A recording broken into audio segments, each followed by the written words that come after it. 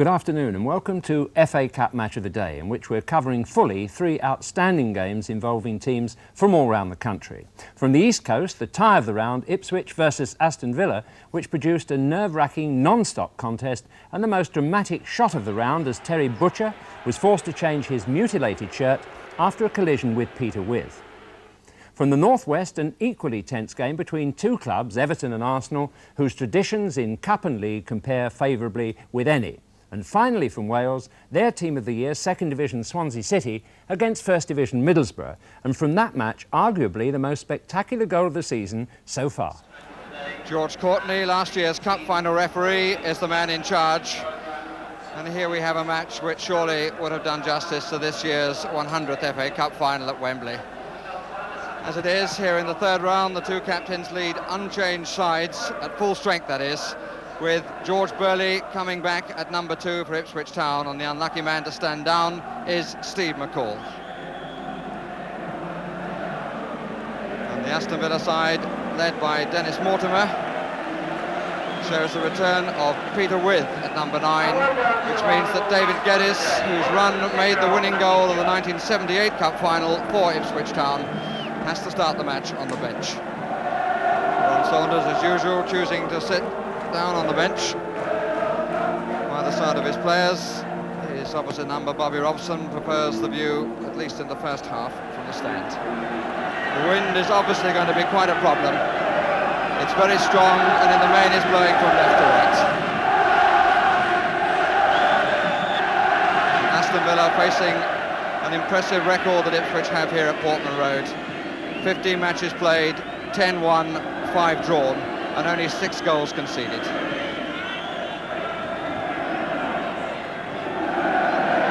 From Butcher.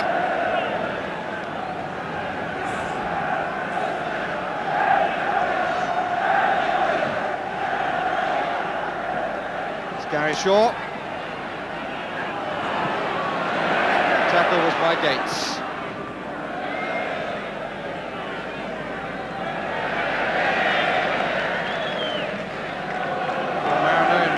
Mood before the match.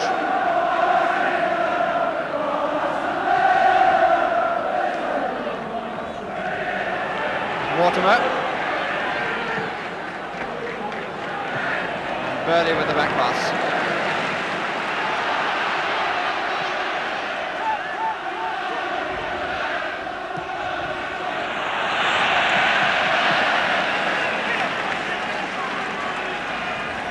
On paper, the tie of the round, one of 7 all First Division clashes.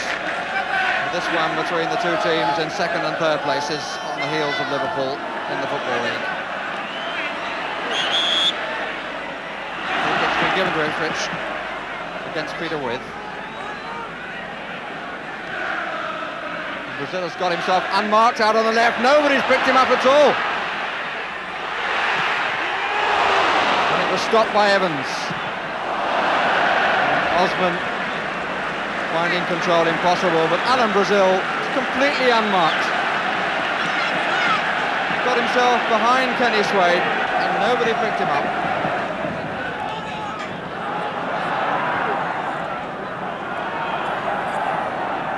Morley. 2 players showing him the touchline. Muir into Gates. To Walk. The touch would have taken him away, I think. Then they saw the earlier one to Shaw.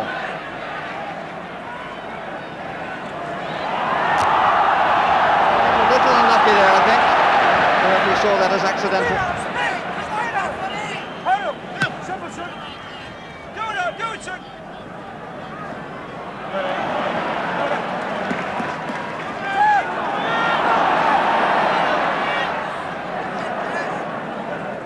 You can feel the tension, but you can see the quality of football.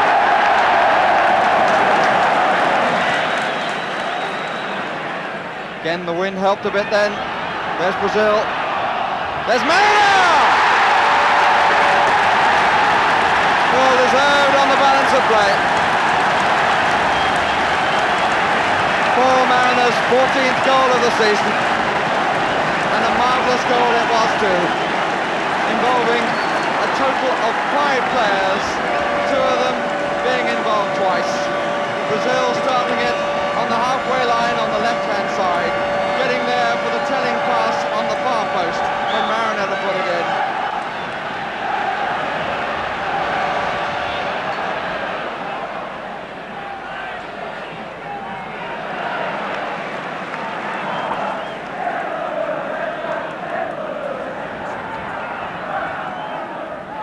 Here's Ken McNaught. Gates. Burley. Mortimer. There's no doubt who's winning the midfield. What a great ball too. Here's Mills. Brazil wants it out to the left and takes it in spite of 2. How good to see a British player demanding the ball when he was marked by 2 players.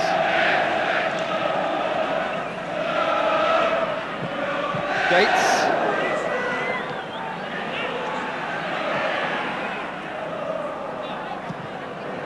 Better not upset the Scots, I better make it clear that Alan Rosette is the Scotsman.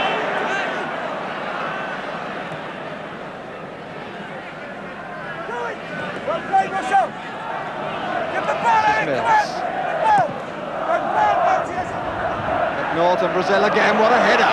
Walk! Such venom! And such a disaster for him at the end. And Brazil once again with a superb header that set up the chance for John Walk, whose first shot was a thunder one, and whose second shot was a bit of a damp squib.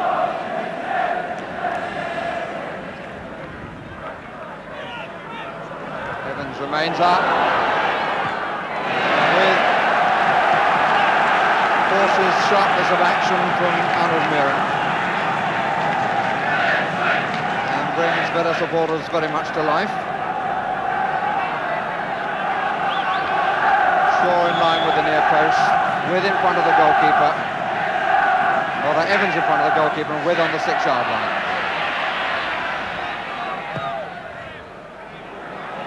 And in comes McNaught, and he's wide.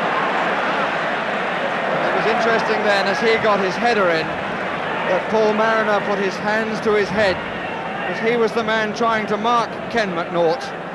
But as the ball came across, Mariner realised there was no way he was going to get it. And he was very thankful that McNaught's header went away.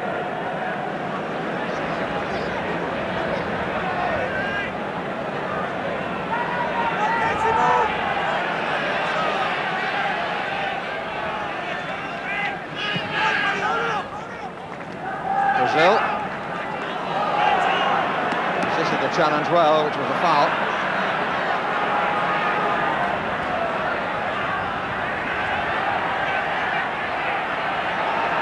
Burley makes a run. 2 in the middle, left of the penalty spot. And the corner.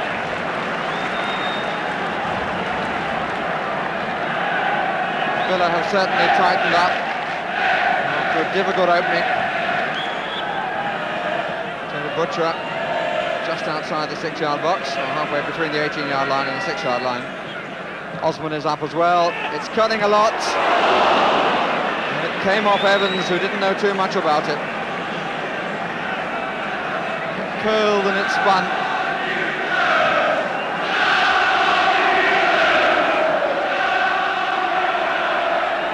Crucial stage of the match, perhaps 4 minutes of the first half left. Touched by Mariner and over the top from John Walk. That scoop over the top by John Walk was the last goalmouth incident of the first half. And we join the match now in the second, with Aston Villa playing into the teeth of the wind. And Peter Withe has been booked for a foul on John Walk.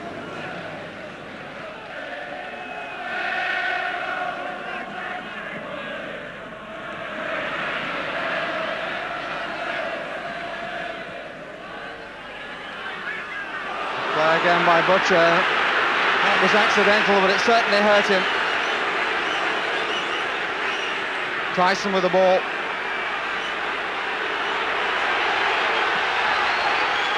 Gates. Evans trying to get ahead of him. And Williams across. And there's a sprint to look at the injured Butcher. And I think it caught him on the windpipe, actually. That's why action is taken immediately. And the doctor is coming on to have a look.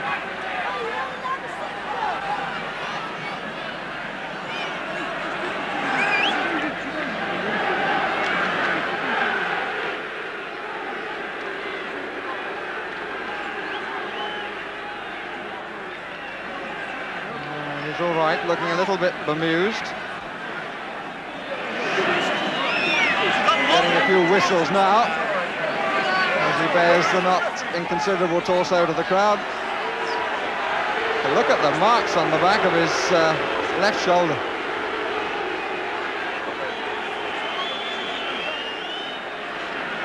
And we have a new number 6 in two senses.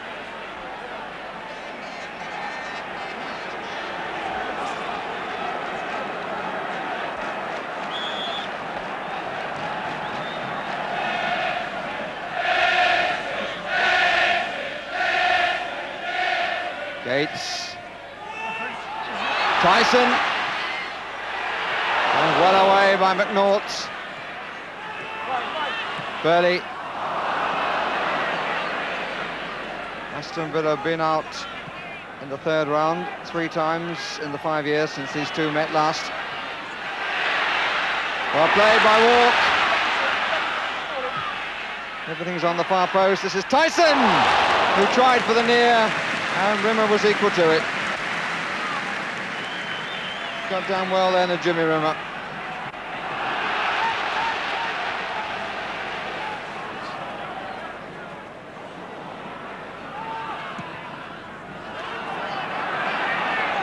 McNaught. Evans. Shaw.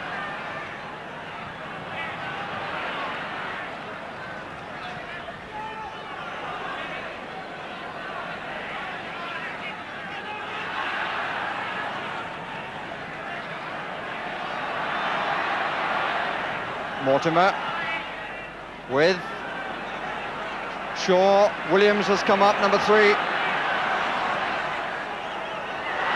And there's Shaw, and Walk took it away from him.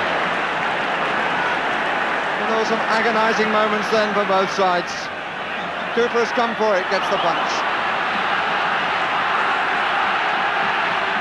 Swain's cross.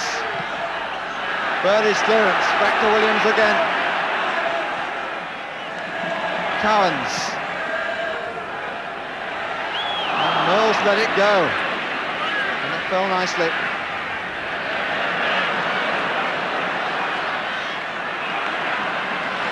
Brazil to Gates. Mariner wants it down the middle.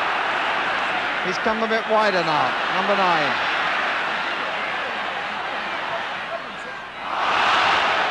And at the vital moment, he lost his standing foot.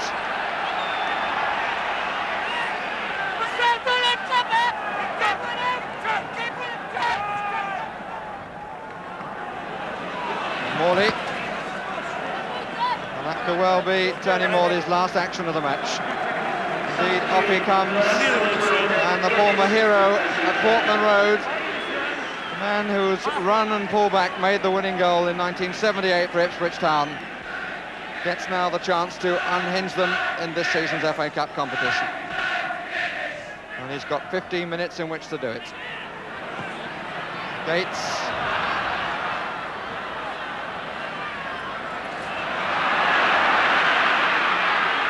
Free kick against Mariner, who trip with.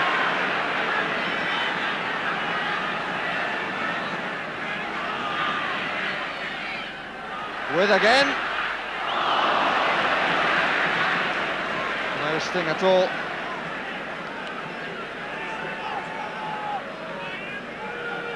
Interesting, the goalkeepers haven't had to perform any sort of heroics. Haven't been that many saves.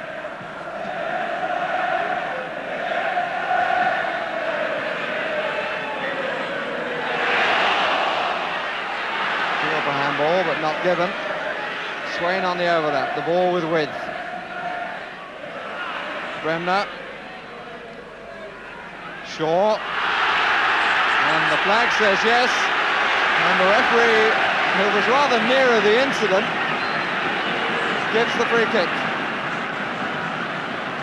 Rather curious that, because I would have thought Mr. Courtney had the better view, and initially he seemed disinclined to give it. And Mills appears, if I lip read him right, appears to be suggesting that the flag went up for offside. Anyway, it's a free kick to Villa. And there are 5 minutes remaining, plus quite a bit of injury time, I would think. We make it indeed about 4 minutes to be added on. Mortimer on the ball.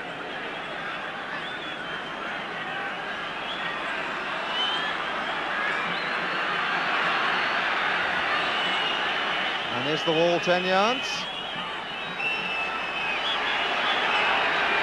And the yellow card is shown to Eric Gates,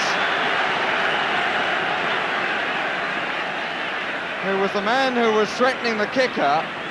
In fairness to him, that is his job in that situation. He has to attack the ball. And he seemed to be on the end of the wall, but he was slightly forward of it while still in contact with it. But the referee, who presumably was trying to get the ball back, shows him the yellow card. And Cowans hits it, and Cooper saves well. Well, I said a few moments ago, the goalkeepers hadn't had to perform heroics. That was a good save from a bit of a curler from Cowans.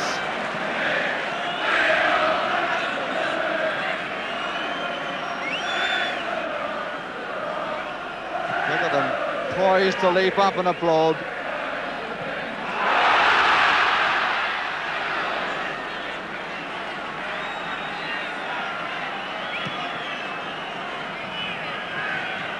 We make it to be played 2 minutes of time for the various injuries and stoppages.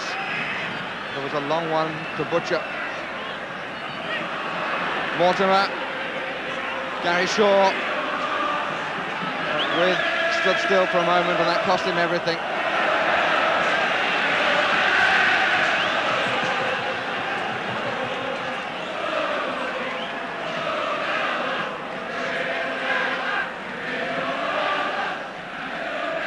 With Williams, Cowans, Swain is in the middle, so is With, so is Shaw, so is Evans. Shaw, who couldn't make it, a man who scored so many goals with his head in the box. Crossed by Geddes, met by Butcher, won by Mariner, away by Gates. The Ipswich players inquiring of the referee how much longer. The crowd inviting him to join them in blowing.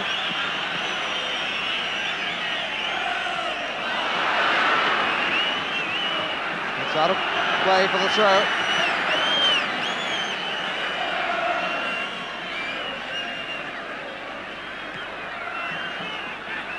Brazil.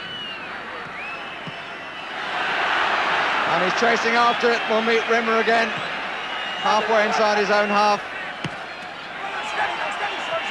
Mortimer, the referee has watch in hand.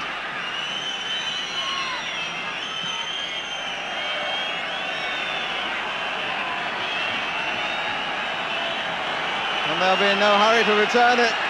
People in the crowd pointing to their watches. Well, there's only one watch which counts. And that one says time, and Bobby Robson's team go through. The 100th FA Cup competition has been given a clash of giants at the start, and the match has been won by Ipswich Town with the goal by Paul Mariner in the 14th minute. The managers go off in conversation, and I think when they sort it all out, it should be said that Ipswich played well enough for long enough to have won the match, and Villa never quite found the form of which they are capable. The one goal decisive, as in the league match, scored by Paul Mariner for Ipswich Town.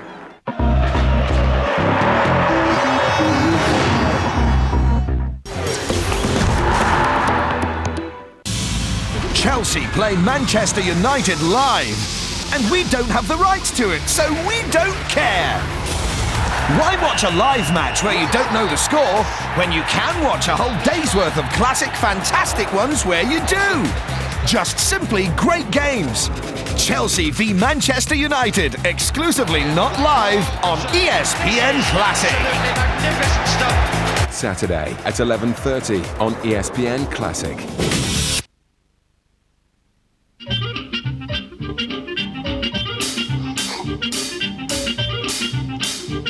I like an eyeball. I like a square cut. I like a funny car. I like a monster truck.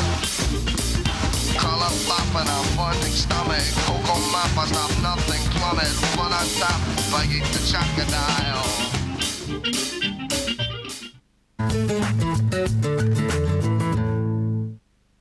It's Christmas! Are you having a starting on your own? It's a time when Santa has a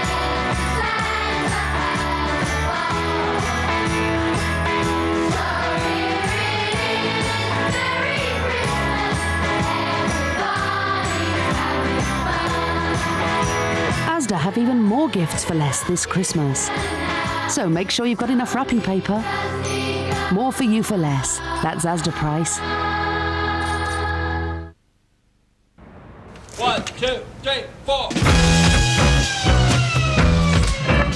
You can turn up even a little bit more.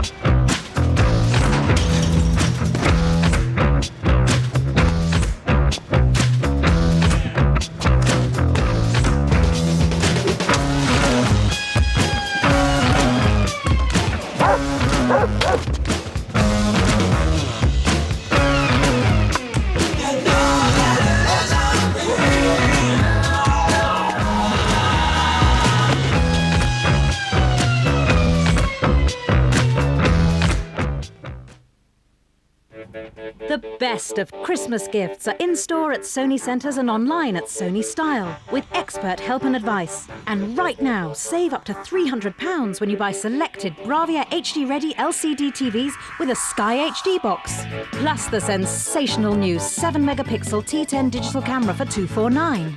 Get the latest from Sony and superb after-sales service at Sony Centres or online at Sony Style. There's nowhere better for Sony. Now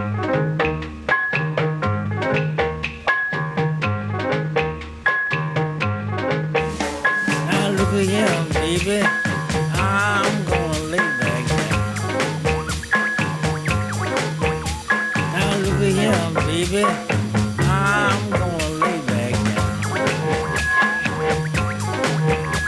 Well, the blues ain't nothing but worry all on your mind.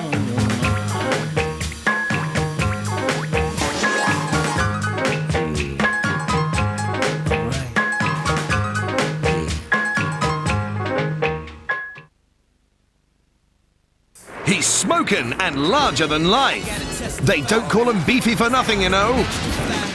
Watch him bat England's problems away. He's the most remarkable innings I've ever seen, actually. And bowl Australia into ashes. Botham's ashes, that is. One of the few players in the world that can do that to any sort of attack in the world. And unfortunately, perhaps that's the secret. Every night this week at 8 on ESPN Classic.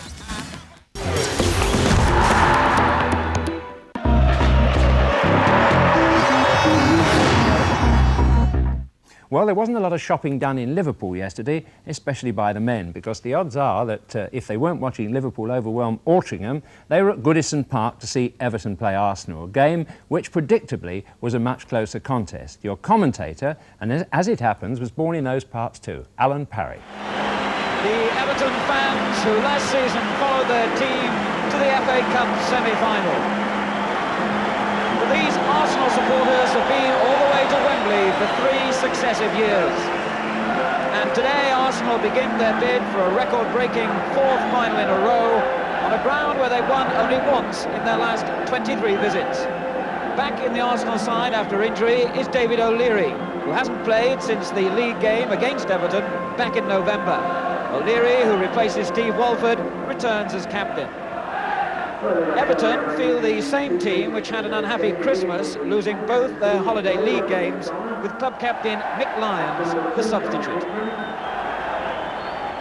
Referee Alf Gray, who worked for a frozen food company, and he really should feel at home in this weather.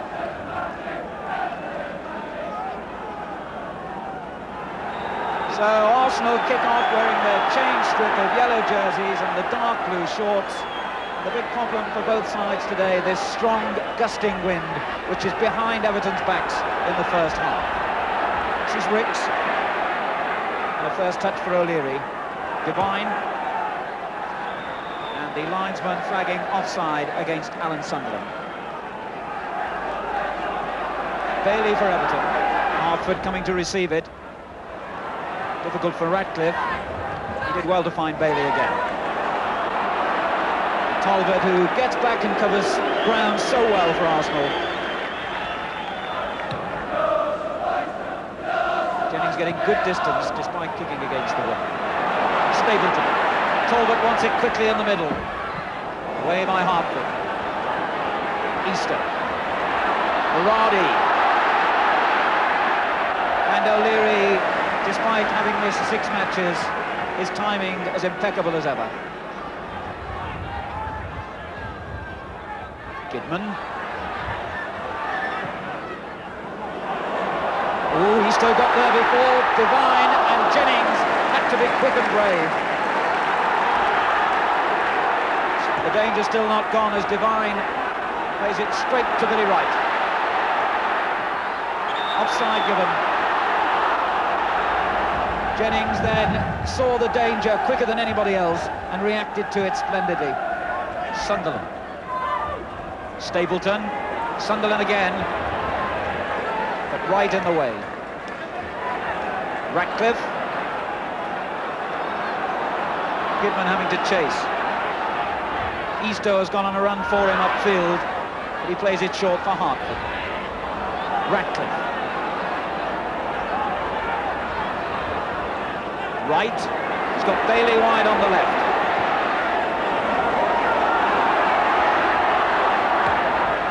Good cross that by Bailey, curling it in, it breaks for McBride. Easto. Berardi's shot was deflected for a corner. O'Leary saw the danger then as the ball dropped for Berardi, who did well to shoot from that position, and it was O'Leary's block which sent the ball spinning for an Everton corner. So early pressure by Everton, but they'll need to make the best of the conditions.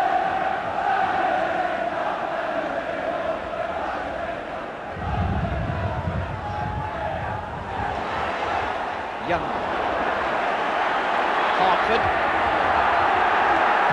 Stapleton, what a great clearance that was for Ricks. Everton getting back quickly. And Frank Stapleton did so well then with that long ball from defence. Hartford. Bailey. Ross wants it back. He finds Ratcliffe instead. Right. Kidman. Sansom. And it's sensible to run with the ball in these conditions. Hollins. Devine has gone wide on his right. Stapleton. Frank Stapleton, who was in defence moments ago. Easto brought it down beautifully. This is McBride. A lot of Arsenal defenders around him. Ricks. Lovely skill and tripped by Ross.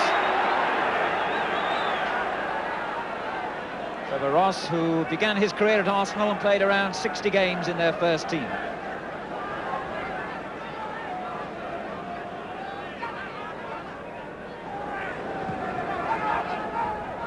Sunderland with a header.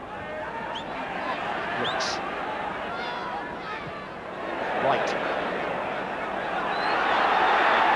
And felt that he was being climbed on then by McBride, and the referee agrees with him.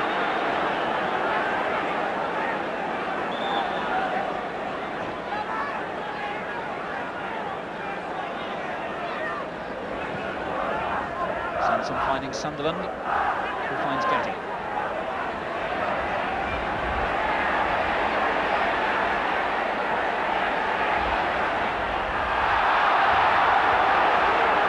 Free kick given Arsenal's way.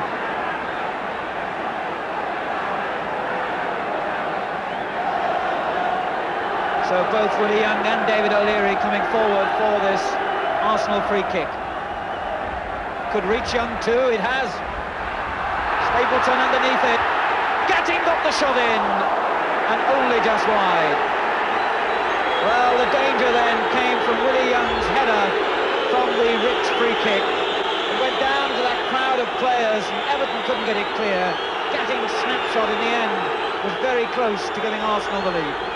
Well, we'll look at that again, another enormous kick. I must say the Arsenal defence have dealt with the conditions and with the Everton attack extremely well. 15 minutes then for Arsenal to survive to half-time against this wind.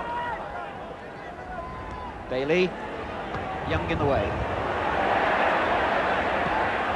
Hollins. Johnny Hollins just coming in a little bit late then on John Bailey. Eastoe. McMahon getting away from Gatting, and not a bad effort either. Well, as the free kick was played into that area just in front of the Arsenal goal, it was a beautiful turn by McMahon away from the tackle, and his shot swung just wide of the Arsenal net. Simpson's header. Gatting. Offside against Stapleton.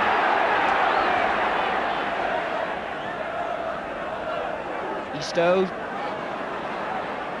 Talbot in the way. And Ricks.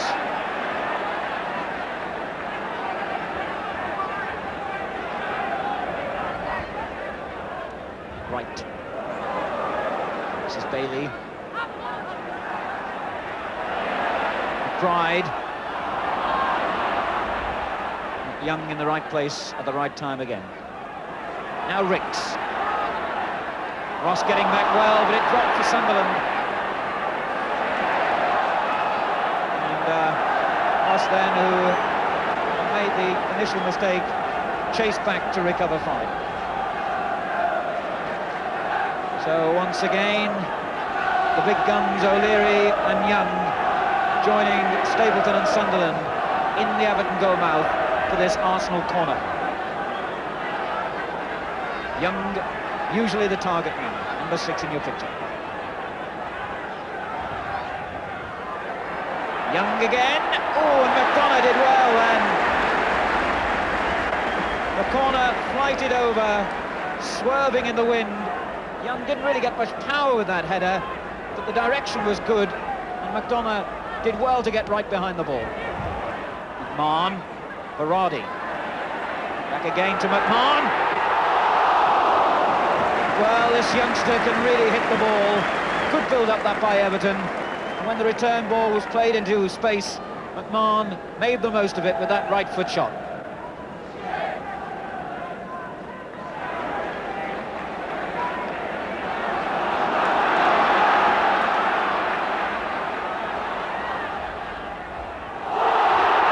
The challenge by Devine on McBride has given Everton a free kick.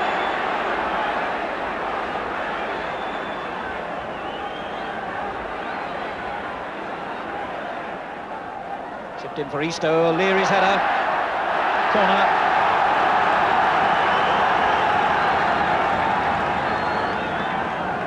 David O'Leary frantically calling players back into the Arsenal penalty area to defend this corner. Only Ricks upfield for Arsenal at the moment, and even he's still in the Everton half.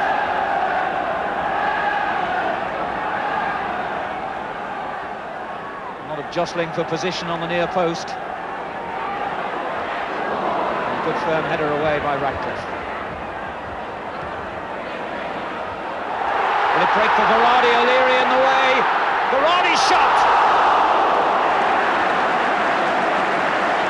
Well, Arsenal thought the danger had gone when they finally got the ball clear from that corner.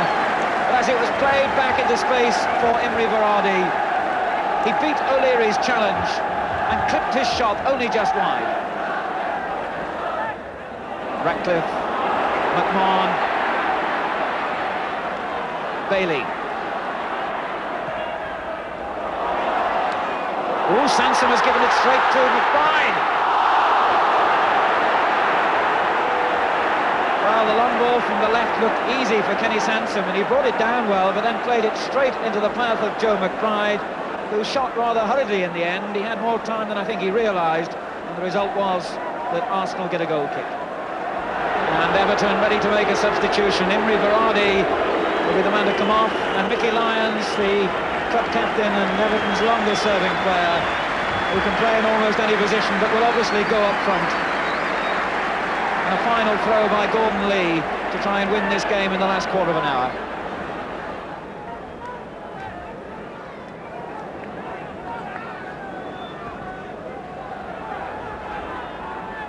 Stapleton, this is Sunderland. Stapleton again. Oh, right. Then it was so difficult for him, but he just managed to get the important touch back to goalkeeper McDonald.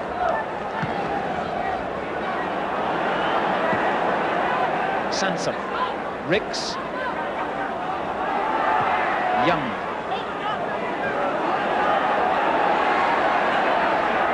Billy Wright for Everton.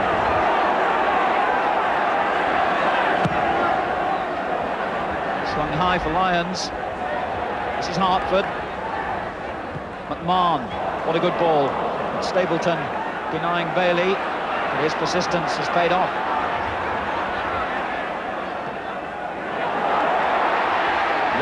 Young, well, Sansom then obviously didn't realise that Pat Jennings had it covered. And Jennings will be the first to say that Sansom did the right thing. In fact, the referee had spotted an infringement, and Arsenal can breathe again. Mickey Lyons, who's only been on the field for a couple of minutes, has already made a telling contribution, and his power in the air will be a problem for Arsenal in this final quarter of an hour. Crowd of just over 34,000, and considering Liverpool are also at home just a mile away from here, that's a good gate. And that's not a bad kick either. Ricks. Forced wide by Gidman. Gatting. Again. Willie Young, charged down by McMahon. Divine, Arsenal's turn to produce the pressure. Ratcliffe.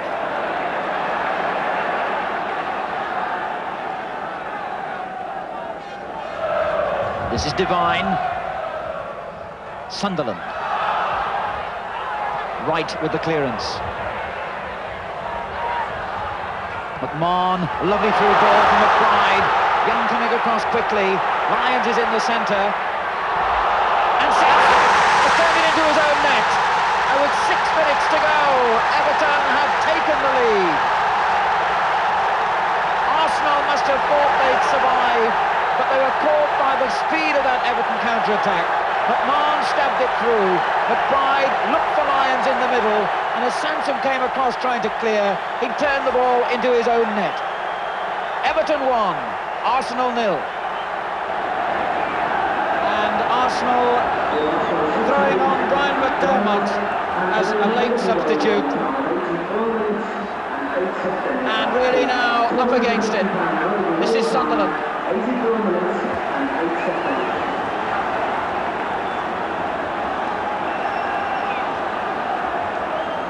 The throw coming in from Sansom. Young's header.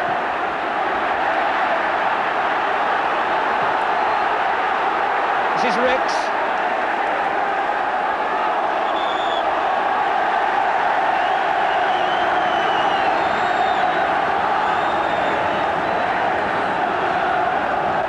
So less than 4 minutes to go here for Arsenal to do something.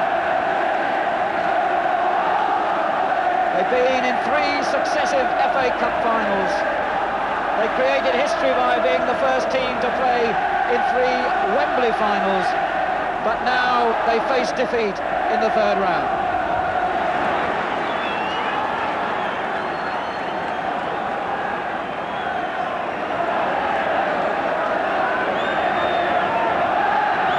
So it looks as though Everton now have clinched a famous victory.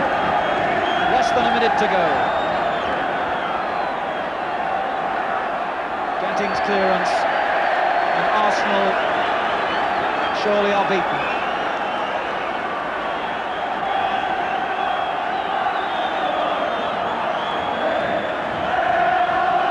Divine. The Everton fans who've been starved of success in recent seasons, though they did see their side reach the semi-final last year, really getting behind their side and singing them on to what they feel will be victory. This is Easter.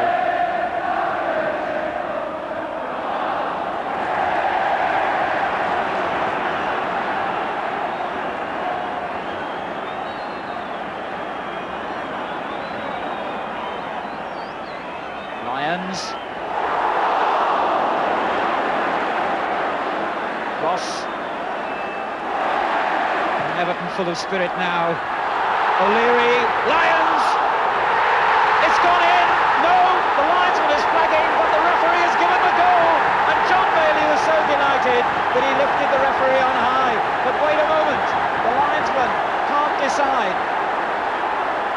Well, Everton players congratulating each other, but the linesman has kept his flag raised.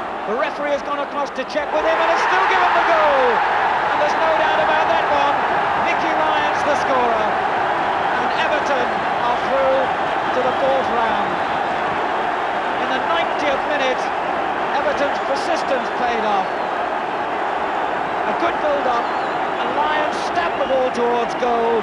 Even the desperate challenge on the goal line couldn't keep it out. And although Arsenal claimed that it hadn't crossed the line, the referee, after consulting with his linesman, said it did, and that's the end of the match. And what a finish that was.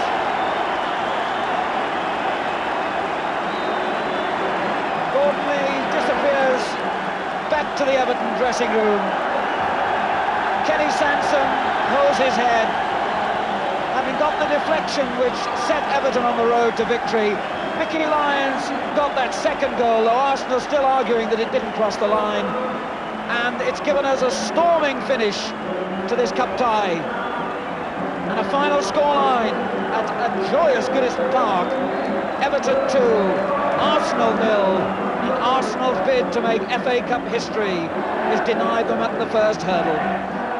Well done, Everton. Willie Young rang up to say that, in his opinion, the ball wasn't over the line, but he does accept, of course, it made no difference either at that stage of the game. And it doesn't really, because Everton would say, we're in the hat tomorrow, and who cares about the rest? But I must say, I don't understand why linesmen put a flag up to draw the referee's attention to the fact that the flag's up when they've got nothing conclusive to say at the end of it. Well, we're staying beside the sea for our 3rd match, Swansea City, whose progress has been meteoric since John Toshak took over, against Middlesbrough, who've also progressed steadily and quietly under manager John Neal. And I know he thinks he's on the verge of a breakthrough to better things. But if there was to be a shock result, many thought that the Vetchfield Swansea was the place to find it. Your commentator, David Coleman. The mood at Swansea is that they need fear no First Division team at all. Indeed, in the last 2 years, they've met First Division opposition 9 times and lost only twice. The team sheet shows just how effectively John Toshak has been buying to blend experience with Welsh youth. And of the 12 players named, no less than 8 are full internationals. But the bad news is that their leading scorer, Leighton James, is not fit. He's got hamstring trouble. Middlesbrough's problems in the league this season seem to have been mainly away from home. Of the 24 points they've collected, only 4 have been on away grounds. To make matters worse, Middlesbrough are without their leading scorer, Craig Johnson, sitting in the stand there with the long hair and waving, and David Armstrong, the balding and influential midfield player who's done so well for the club over the years. Both are injured, and so too is their 2nd highest scorer, the Yugoslav Jankovic. The team shows that John Neal has had all sorts of selection problems, but he's still got a lot of experience available. The referee, Joe Worrell of Warrington, and it's Middlesbrough to kick off. Middlesbrough, not a good cup side. The FA Cup, in fact, they've never got beyond the 6th round. Swansea have been in 2 semi-finals, in 1926 and again in 1964. Oh, that's a bad ball! And a real chance there for Swansea right in the opening minute. Alan Curtis, who's scored in each of the 3 games he's played for Swansea so far this season, missed an open goal practically there, and really a very, very tentative start, to say the least, by Middlesbrough. A nervous kick-off, a terrible mistake in defence, and the way was clear for Curtis. Corner then to Swansea. This is Robinson. Mahoney. Robinson again. Flicked on for number 4, Rushbury.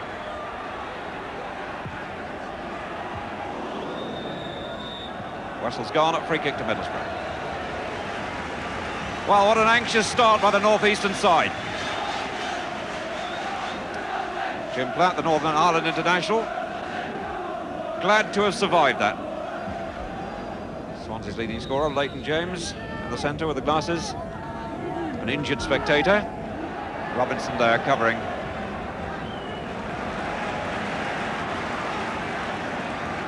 Ryan Attlee is the fullback. Leighton Phillips.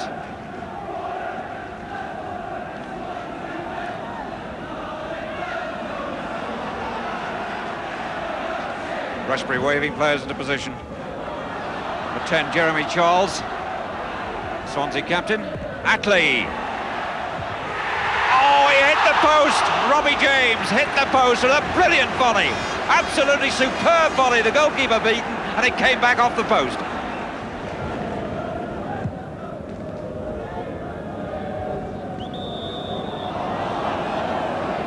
This time Stevenson penalised, a free kick to Middlesbrough. Sort of thing that David Armstrong, who's sitting in the stand injured, normally organises for Middlesbrough. It's about 15 yards, 12-15 yards outside the penalty area.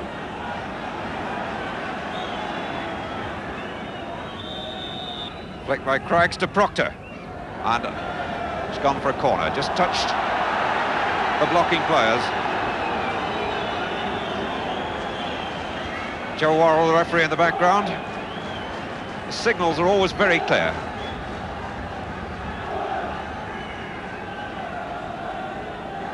So it's Mark Proctor with the corner. Ashcroft got a touch. Well, it came awkwardly loose for a moment then. Ashcroft got the touch. And Tony McAndrew almost got a foot in. Ashcroft, and he's put it there this time, and it's a goal. The ball crossed from Cochrane, and really, while Swansea were thinking they'd escaped then, they seemed to pause. The whole defence seemed to freeze. The ball knocked back into the box, and there was Ashcroft. The striker-turned-stopper reverts to his goal-scoring habit, and right against the run of play, and the 42nd minute, puts the First Division side in front. Shearer to McAndrew. Attlee hard in, but McAndrew is strong enough. Oh, he found Hodgson so well. Can he turn on Rushbury? On to number 4, Angus, and it's 2-0. A real blockbuster. McAndrew won the ball. Played a beautiful ball through to Hodgson. Hodgson turned, measured the pass to Angus, and the young midfield defender came tearing through to tank it home. Robbie James. Attlee flicked on to Curtis. Oh, and there's Giles, his first touch! First touch in the game, and it's the story of the first half again. 45 seconds gone in this second half, just the start like the first half, and Swansea have missed yet another chance.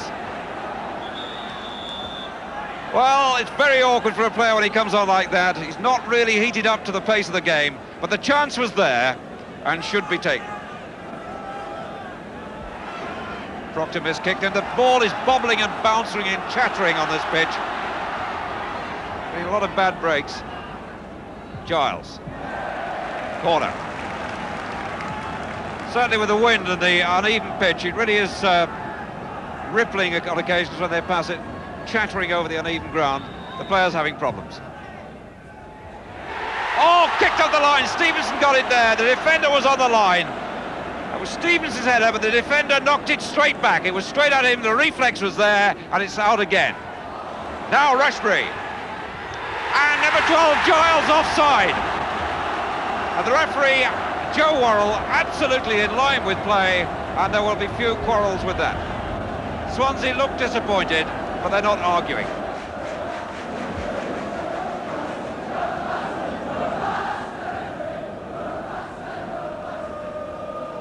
Back header by Angus, but this is Rushbury.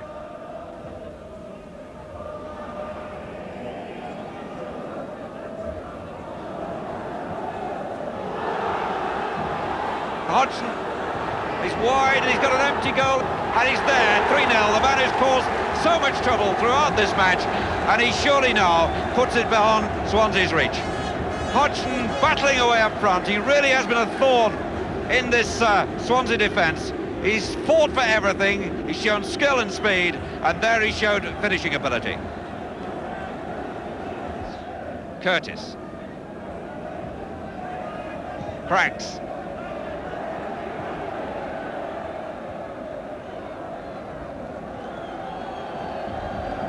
Well, it'll be an enjoyable trip back to the northeast tonight. Middlesbrough not one away from home this season, but in this important FA Cup tie, they seem to be on the way now, and well on the way. 3-0 in front. Hodgson.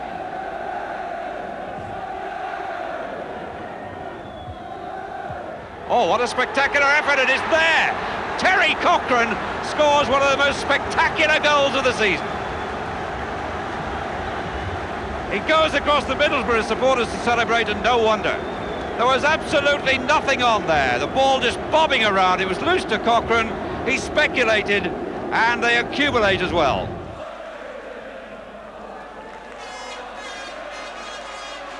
Ackley. Phillips. Giles. Swansea trying to play a lot of these 1-2s in the box, and they're not working. Now they've got problems. Swansea 3 against 2. Proctor through to Hodgson, and it's number 5. 10 minutes left, and yet another breakaway. Split Swansea wide open. Middlesbrough had a spare attacker there, and when Proctor got clear, he made no mistake with the pass through to Hodgson, and Hodgson kept his head and found himself eventually with an empty net.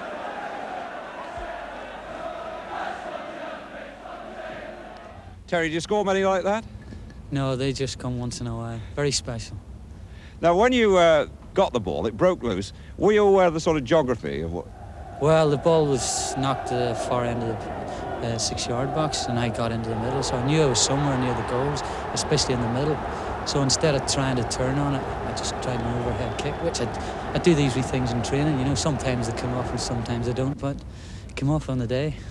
Did you realise that Stewart was off the line? I think he had to come off the line because I think he knew that I was going to try and turn on it to get a shot, and he had to come and, you know, try and make an angle for him.